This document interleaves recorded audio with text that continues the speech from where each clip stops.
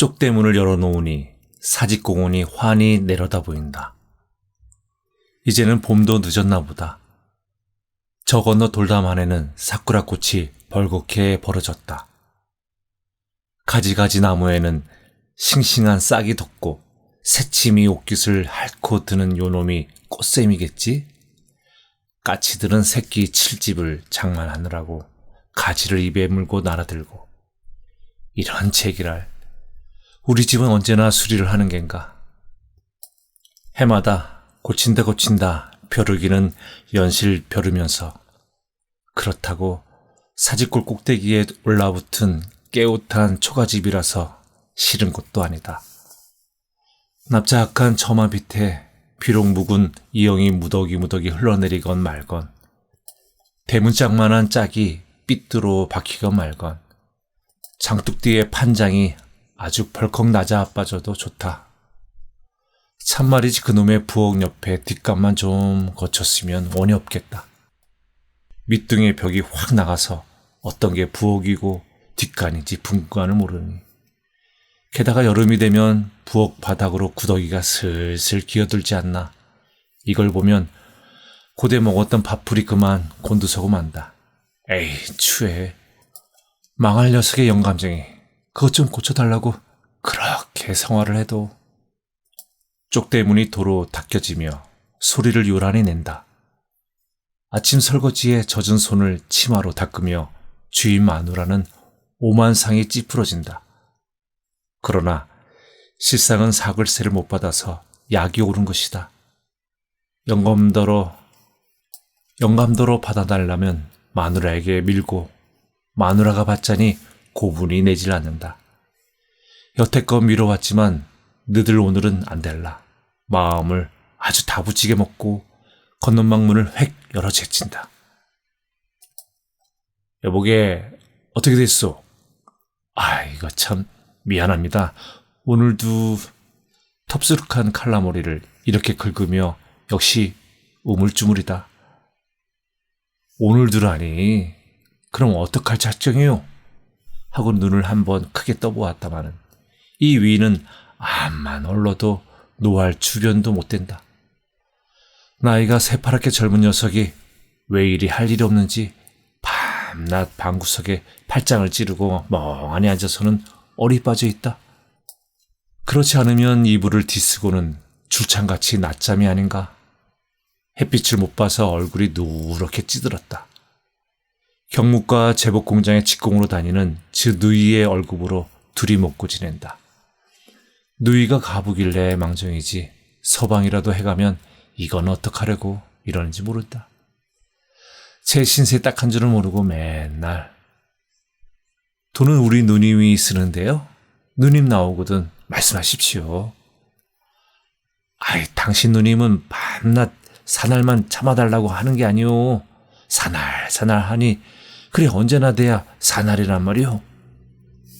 미안스럽습니다. 그러나 이번엔 사날 후에 꼭 드리겠습니다.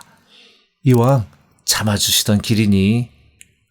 글쎄 언제가 사날이란 말이오. 하고 주름 잡힌 이맛살에 화가 다시 치밀지 않을 수가 없다. 이놈의 사날이란 석 달인지 3년인지 영문을 모른다. 그러나 저쪽도 쾌쾌히 들이덤벼야 말하기가 좋을 텐데 울가망으로 한풀 꺾여 들음에는 더 짓거릴 맛도 없는 것이다. 돈도 다 실소. 오늘은 방을 내주.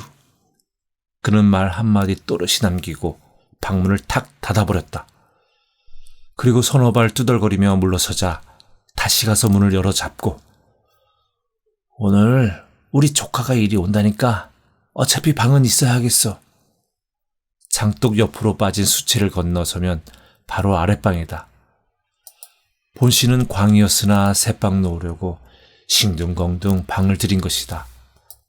흑칠한 것도 위치보다는 아직 성하고 신문지로 치덕이었을 망정 제법 벽도 번듯하다.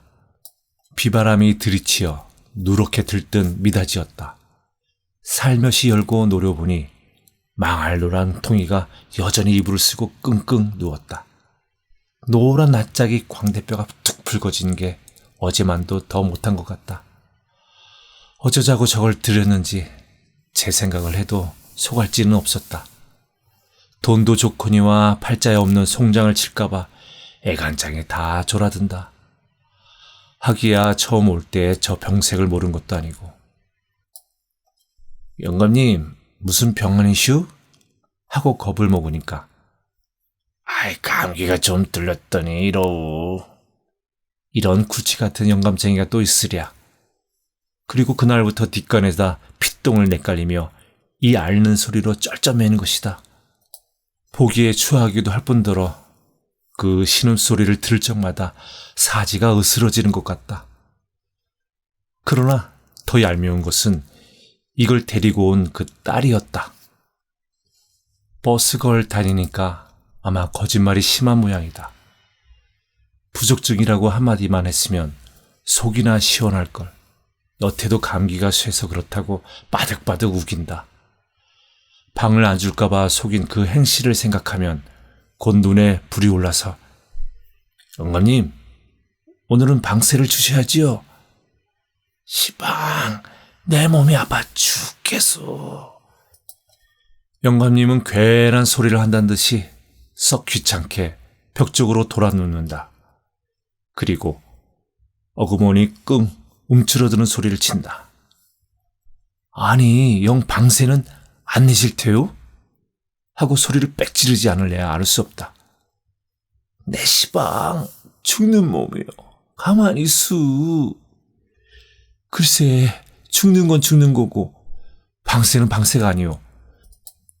영감님 죽기로서니 어찌 내 방세를 못 받는다 말이오. 내가 죽는데 어찌 또 방세는 낸단 말이오. 영감님은 고개를 돌려 눈을 부릅뜨고 만화님 못지않게 호령이었다. 죽을 때가 가까워오니까 악이 바칠 대로 송두리 바친 모양이다. 정 그렇거든. 내 딸 오거든 받아가구려. 이건 누구에게 찌다는 건가? 원 별일도 다 많아. 하고 홀로 입속으로 중얼거리며 물러가는 것도 상책일 들인지 모른다. 괜스레 병든 것과 곁고 틀고 이러한 결국 이쪽이 한굽 죄인다.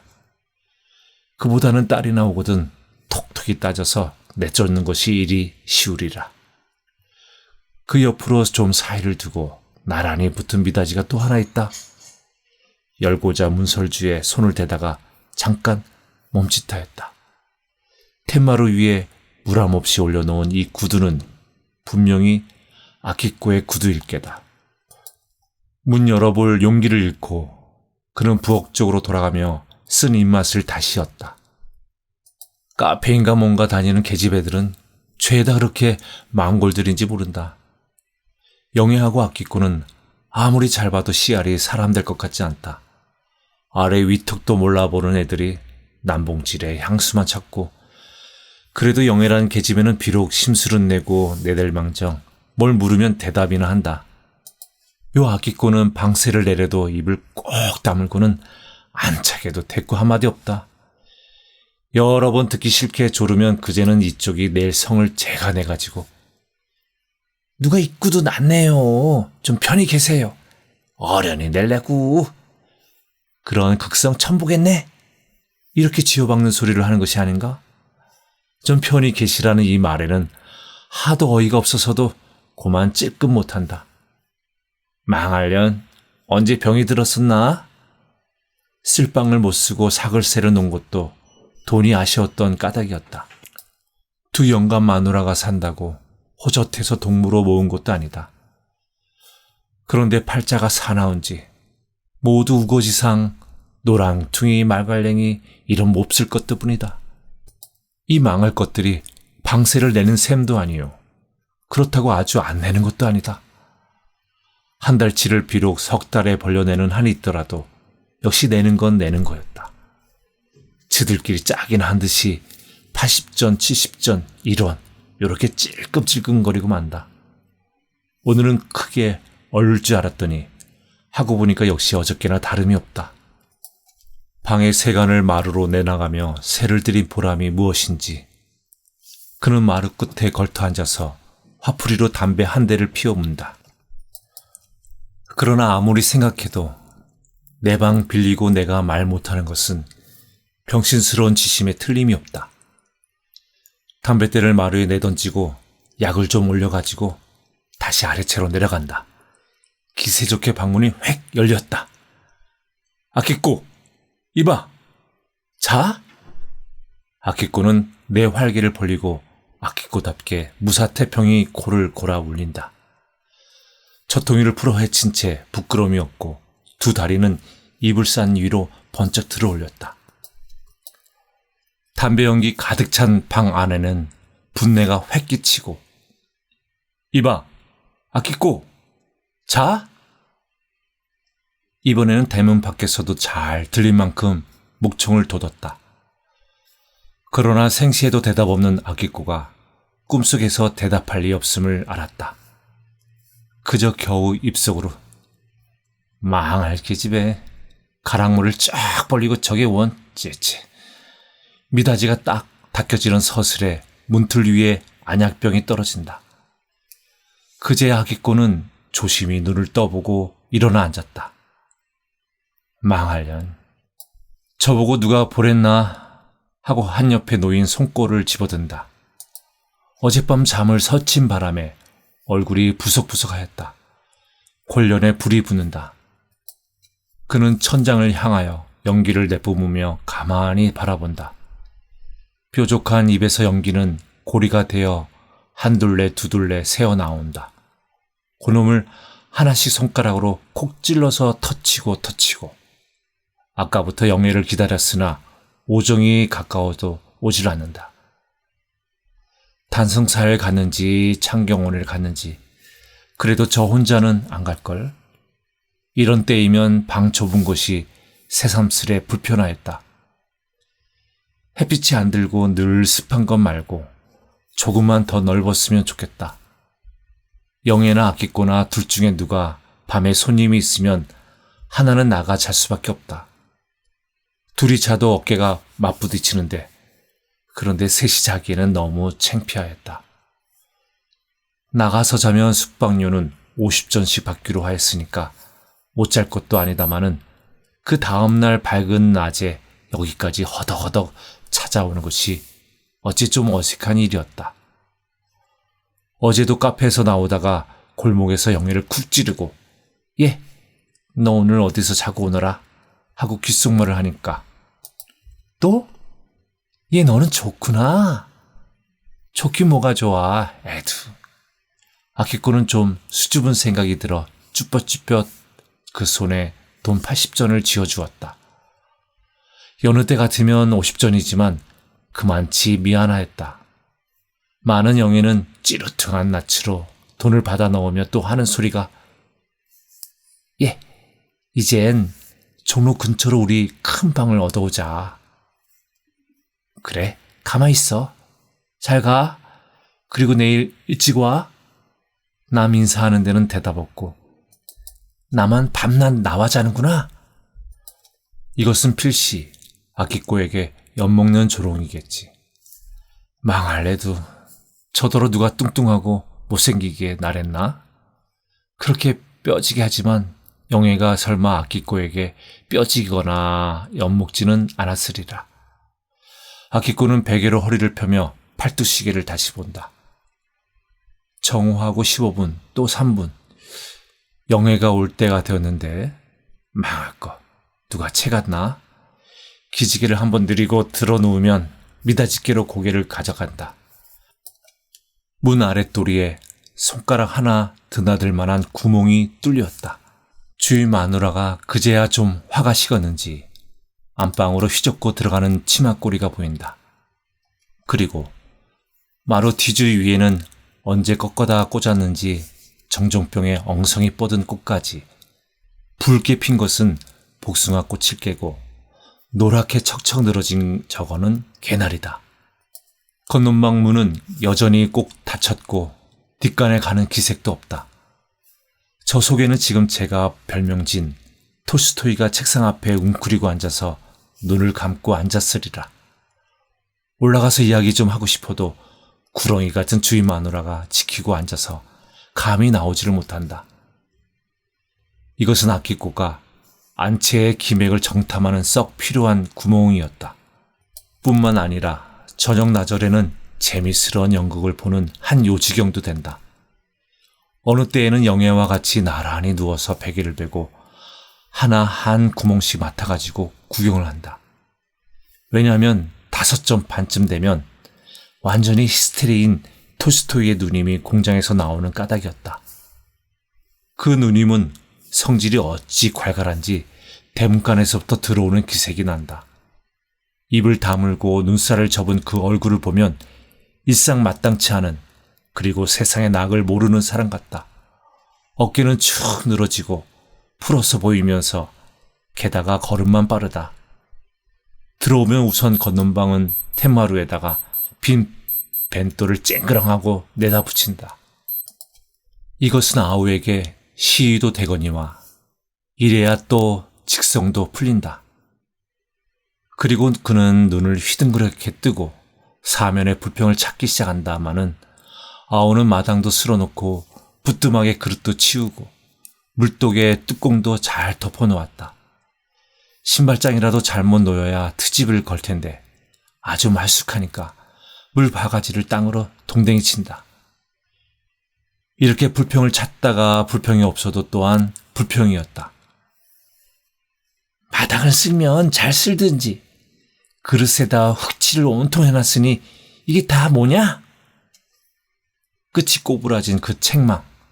아오는 속에서 끽소리 없다. 밥을 얻어먹으면 밥값을 해야지. 늘 부처님같이 방구석에 꽉 앉아있기만 하면 그만이야? 이것이 하루 몇 번씩 귀 아프게 듣는 인사였다. 눈을 훅 뜨고 서서 문 닫힌 건넌방을 향하여 퍼붓는 포악이었다. 그런 때이면 야인 목에 굵은 핏대가 붉은 솟고 구부정한 허리로 개거품까지 흐른다. 그러나 이건 보통 때의 말이다. 어쩌다 공장에서 뒤를 늦게 본다고 감독에게 쥐어박히거나 혹은 재봉침에 엄지손톱을 박아서 반쯤 죽어오는 적도 있다. 그러면 가뜩이나 급한 그 행동이 더 부리야부리야한다. 손에 잡히는 대로 그릇을 내던져 깨치며 왜 내가 이 고생을 해가면 널 먹이니? 응? 이놈아! 헐없이 미친 사람이 된다. 아우는 그래도 귀가 먹은 듯이 잠자코 앉아있다. 누님은 혼자 서서 제 몸을 들볶다가 나중에는 울음이 탁 터진다. 공장살이에 받는 서름을 모두 아우의 탓으로 돌린다. 그러면 할 일 없이 아우는 마당에 내려와서 누님의 어깨를 두 손으로 붙잡고 누님, 다 내가 잘못했소. 그만두. 하고 달래지 않을 수 없다. 네가 이놈아, 내 살을 뜯어먹는 거야. 그래, 알았소. 내가 다 잘못했으니 그만둡시다. 듣기 싫어. 물러나. 하고 벌떡 떠날리면 땅에 펄썩 주저앉은 아우다. 열적은 듯 죄송한 듯 얼굴이 벌게서 털고 일어나는 그 아우를 보면 우습고도 일변 가여웠다. 그러나 더 우스운 것은 마루에서 저녁을 먹을 때의 광경이다. 누님이 밥을 퍼가지고 올라와서는 아무 말 없이 아우 앞으로 한 그릇을 쭉 밀어놓는다. 그리고 자기는 자기대로 외면하여 푹푹 퍼먹고 일어선다. 물론 반찬도 각각 먹는 것이다. 아오는 군말 없이 두 다리를 세우고 눈을 내리깔고는 그 밥을 다 떠먹는다. 방에 앉아서 주위 마누라는 업신여기는 눈으로 은근히 흘겨준다. 영애는 톨스토이가 너무 병신스러운데 골을 낸다. 암만 얻어먹더라도 씩씩하게 대들지 못하고 저런저런. 그러나 아키코는 바보가 아니라 사람이 너무 착해서 그렇다고 우긴다. 하긴 그렇다고 누님이 자기 밥을 얻어먹는 아우가 미워서 그런 것도 아니다. 나뭇잎이 둥금둥금 날리던 작년 가을이었다.